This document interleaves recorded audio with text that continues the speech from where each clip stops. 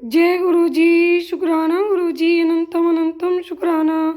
ओम नमः शिवाय। शिव जी सदा सहाय। ओम नमः शिवाय। गुरु जी सदा सहाय।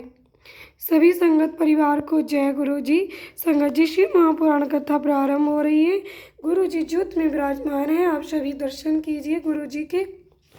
संगत जी, आज की कथा में हम श्रवण करेंगे महादेव का क्रोध और उस क्रोध से वीरभद्र और महाकाली का प्राकट्य। गणों के मुख से और नारद से भी सती का दग्ध होने की बात सुनकर दक्ष पर कुपित हुए शिव का अपनी जटा से वीरभद्र और महाकाली को प्रकट करके उन्हें यज्ञ विध्वंस करने और विरोधियों को जला डालने की आज्ञा देना। ब्रह्मा जी कहते हैं, नारद, वह आकाशवाणी सुनकर सब देवता आदि भयभीत तथा विस्मित हो गए। उनके मुख से कोई बात नहीं निकली। वे इस तरह खड़े या बैठे रह गए मानो उन पर विशेष मोह छा गया हो। प्रभु के मंत्र बल से भाग जाने के कारण जो वीर शिवगण नष्ट होने से बच गए थे, वे भगवान शिव की शरण में गए। उन सब ने अमित तेजस्वी भगवान रुद्र को भली भांति सादर प्रणाम करके वहाँ यज्ञ में जो कुछ हुआ था वह सारी घटना उनसे कह सुनाई। गढ़ बोले, महेश्वर, दक्ष बड़ा दुरात्मा और घमंडी है। उसने वहाँ जाने पर सती देवी का अपमान किया और देवताओं ने भी उनका आदर नहीं किया। अत्यंत गर्व से भरे हुए उस दुष्ट दक्ष ने आपके लिए यज्ञ में भाग नहीं दिया, दूसरे देवताओं के लिए दिया और आपके विषय में उच्च स्वर से दुर्वचन कहे।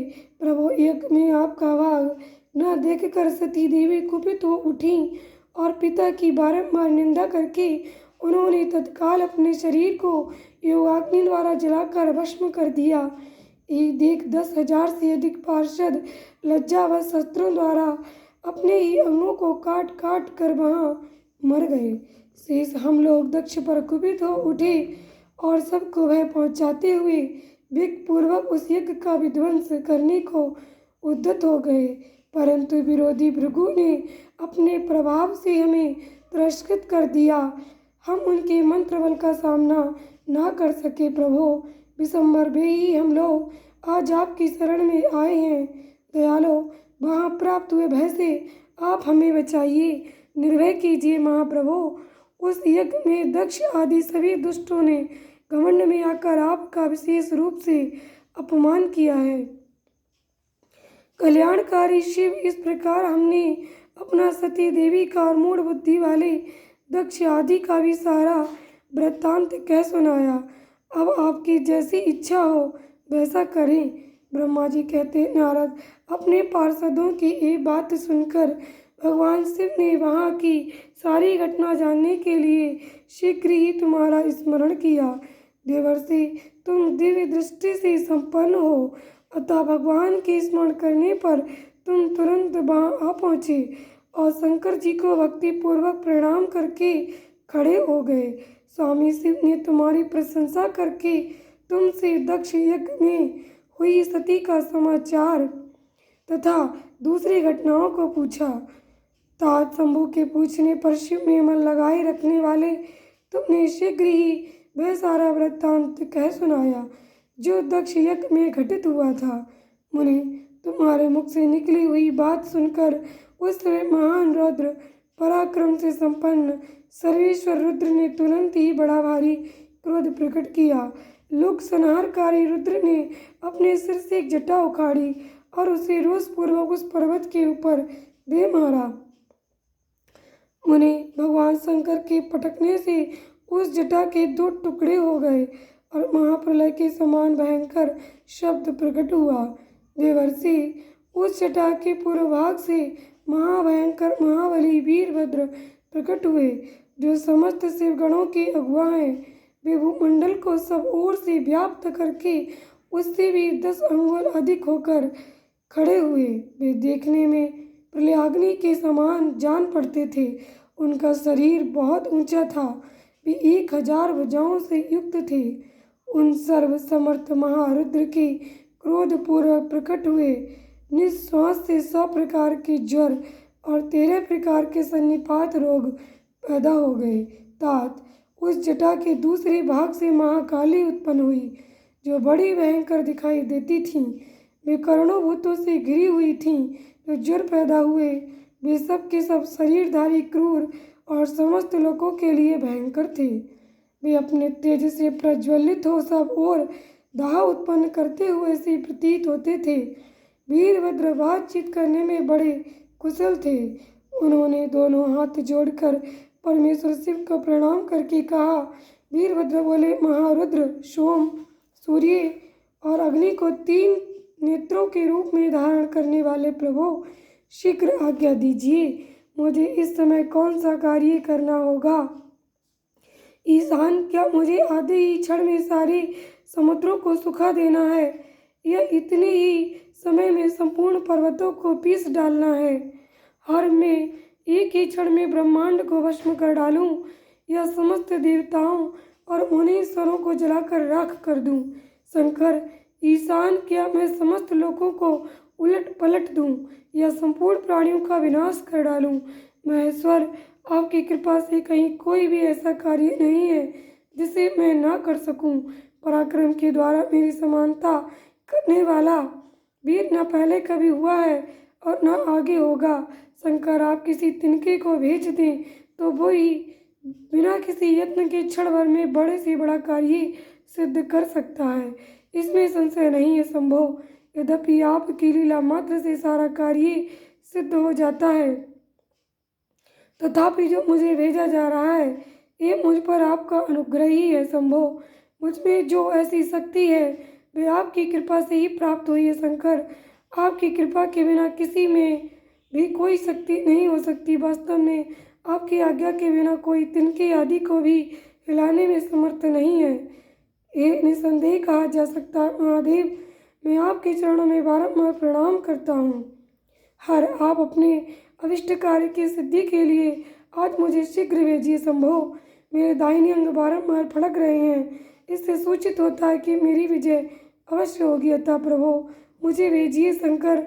आज मुझे कोई अभूतपूर्व एवं विशेष हर्ष तथा उत्साह का अनुभव हो रहा है और मेरा चित्त आपके चरण कमल में लगा हुआ है। अतः पग पग पर मेरे लिए शुभ परिणाम का विस्तार होगा शंभो। आप शुभ के आधार हैं। जिसकी आप में सुदृढ़ भक्ति है उसी को सदा विजय प्राप्त होती है और उसी का दिनों दिन शुभ होता है। ब्रह्मा जी कहते हैं, नारद, उसकी ये बात सुनकर सर्वमंगला के पति भगवान शिव बहुत संतुष्ट हुए और वीरभद्र तुम्हारी जय हो ऐसा आशीर्वाद देकर फिर बोले। महेश्वर ने कहा, मेरे पार्षदों में श्रेष्ठ वीरभद्र, ब्रह्मा जी का पुत्र दक्ष बड़ा दुष्ट है। उस मूर्ख को बड़ा घमंड हो गया है, अतः इन दिनों वह विशेष रूप से मेरा विरोध करने लगा है। दक्ष इस समय एक यज्ञ करने के लिए उद्यत है। तुम याग परिवार सहित उस यज्ञ को भस्म करके फिर शीघ्र मेरे स्थान पर लौट आओ। यदि देवता, गंधर्व, यक्ष अथवा अन्य कोई तुम्हारा सामना करने के लिए उद्यत हो तो उन्हें भी आज ही शीघ्र और सहसा भस्म कर डालना।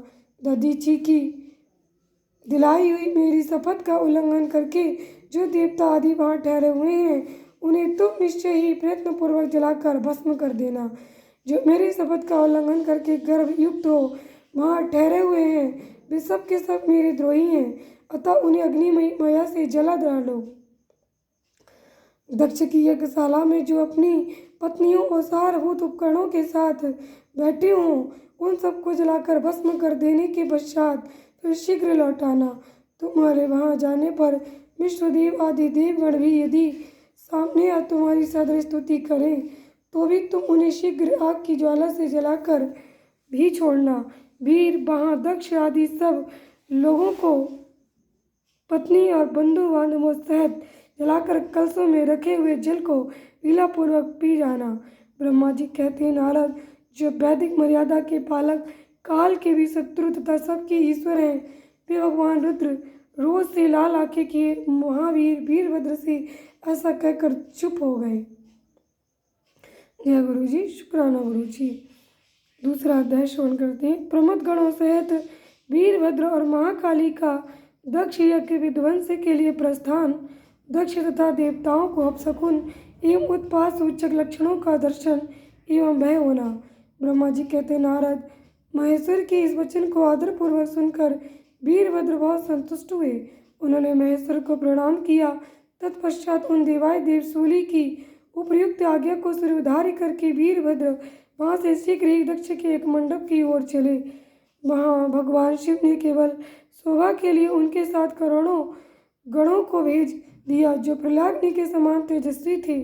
वे कौतूहलकारी प्रबल वीर प्रमथ गण वीरभद्र के आगे और पीछे भी चल रहे थे। काल के भी काल भगवान रुद्र के वीरभद्र सहित जो लाखों पार्षद गण थे, उन सबका स्वरूप रुद्र के ही समान था। उन गणों के साथ महात्मा वीरभद्र भगवान शिव के समान ही वेशभूषा धारण किए रथ पर बैठकर यात्रा कर रहे थे। उनके एक सहस्त्र भुजाएं थीं,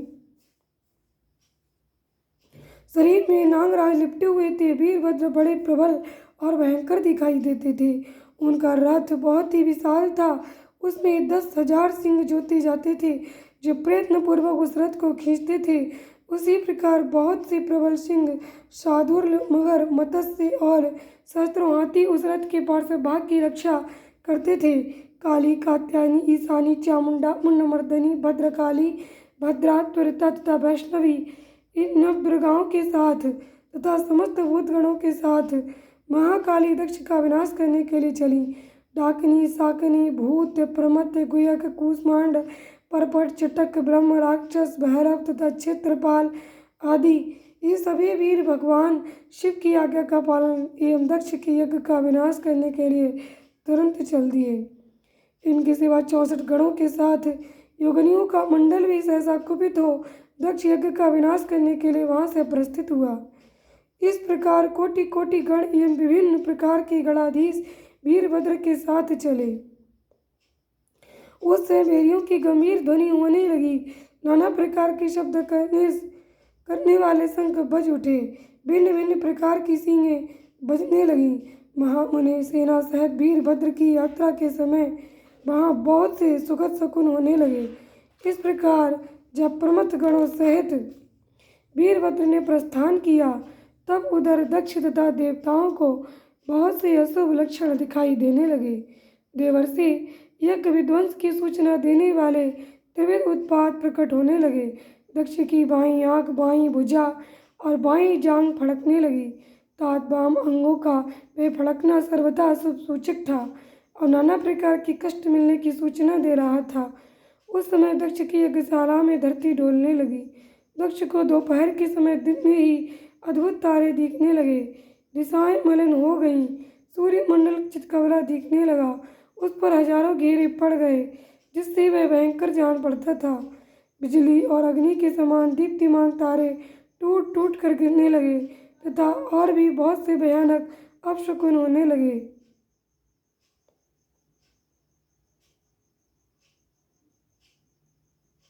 इसी बीच में वह आकाशवाणी प्रकट हुई, जो संपूर्ण देवताओं और विशेषतः दक्ष को अपनी बात सुनाने लगी।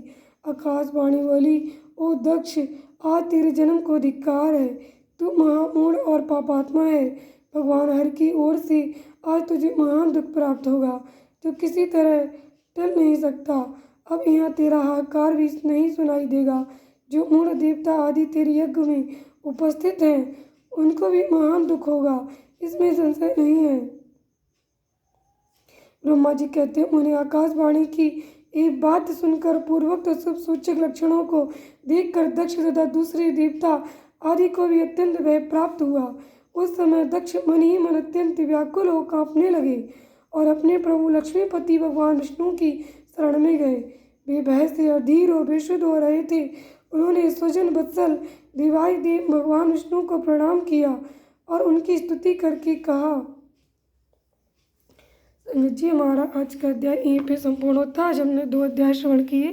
जय गुरु जी, शुक्राना गुरु जी। आपका और आपका परिवार सदा स्वस्थ, सुखी, समृद्ध रहे और आप सभी पर गुरु जी की अनंतम ब्लेसिंग्स और कृपा दृष्टि सदा बनी रहे। जो भी आपके शत्रु हों, वो भगवान गुरु उमा महेश्वर की कृपा से समाप्त हो जाएं और आपके सारे विघ्न बाधा दूर हों। जीवन के आप सदैव सदैव निर्भय निडर रहें। जो भी लोग ब्लैक मैजिक तंत्र मंत्र से ग्रसित हैं वो सभी मुक्त हों और सभी प्रकार के भय से मुक्त हों। जय गुरु जी, शुक्राना गुरु जी।